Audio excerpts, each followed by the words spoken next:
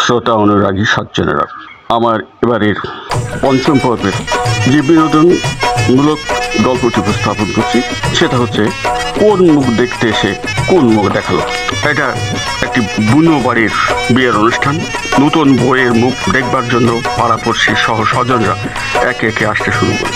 তারা বলতে লাগলো, কইকু নতুন বইয়ের মুখ তো একটু দেখাও, আর কত দেরি করবে। কিন্তু নতুন বউকে দেখতে দিচ্ছে না, কারণ একটাই, বারে বারে বউকে ঘরের মধ্যে থেকে বের না করে একবার দেখালেই হবে। এরপর একে একে মানুষের ভিড় হতে লাগলো এবং সবাই বিরক্ত হয়ে সিদ্ধান্ত নিল, আমরা এই দোতলা তালপাতার কুটিরটি ভেঙে ফেলব। এই ভেবেই ঘরের খুঁটি ধরে ঝাঁকাতে শুরু করলো।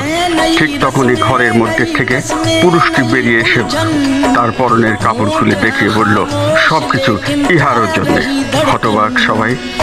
সেই মুহূর্তই নতুন বউটি তাড়াতাড়ি করে ঘর থেকে বেরিয়ে এসে তার শরীরের কাপড় দেখিয়ে বলল, উহারই জন্যে নয়, যা কিছু ইহারই জন্যে।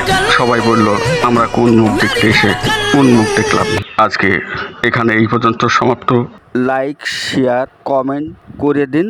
আর আগামী দিনের আরও নতুন নতুন ভিডিও পেতে হলে আমাদের চ্যানেলটিতে সাবস্ক্রাইব করুন এবং সাথে থাকা বেল বাটনটিতে ক্লিক করুন। ধন্যবাদ।